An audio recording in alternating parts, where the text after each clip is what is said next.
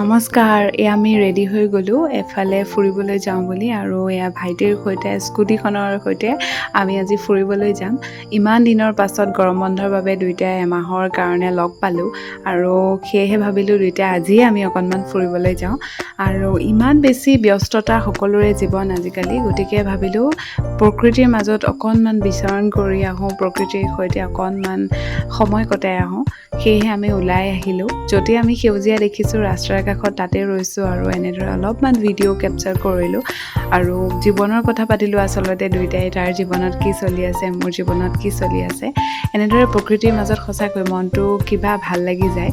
আৰু আমাৰ ঢকুৱাখানাখন আচলতে খুবেই ধুনীয়া, চাৰিওফালে কেৱল সেউজীয়া আৰু সেউজীয়া, আমাৰ মনটো একেবাৰে ভৰি গ'ল। আৰু এনেদৰে আমি সেউজীয়াৰ মাজত থাকি আকৌ ঘূৰি আহিলোঁ পুনৰ ঘৰলৈ আৰু আহিয়ে ভাবিলোঁ একাপ চাহ বনাওঁ আৰু সেইবাবে লৈ ল'লোঁ 4 কাপ গাখীৰ আৰু অলপমান দেখিছে গাখীৰ আচলতে পৰিলে। এয়া ষ্টভটো অন কৰি ল'লোঁ আৰু এইখিনি ইয়াতে বহাই দিলোঁ। এতিয়া লাগিব অলপমান চাহপাত আৰু চেনি, সেইবাবে উলিয়াই ল'লোঁ চাহপাত আৰু চেনি। আচলতে আমাৰ চাহপাত মায়ে এনেদৰে হৰলিক্সৰ বৈয়ামত থয় আৰু চেনি দি দিম ইয়াতে 4 চামুচ।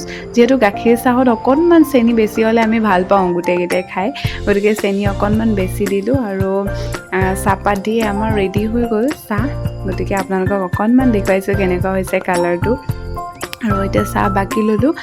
আমি যিহেতু মানুহ আছোঁ 4জন, গতিকে 4 কাপ চাহ বাকি ল'লোঁ আৰু ডাইনিং টেবুলত লৈ আহিলোঁ আৰু লগত ল'লোঁ চানা আৰু বিস্কুট কেইটামান। যিহেতু একো বনোৱা নহ'ল আৰু এয়া মা, আইতা আৰু ভাইটিৰ সৈতে আমি 4টাই বহিলোঁ চাহ খাওঁ।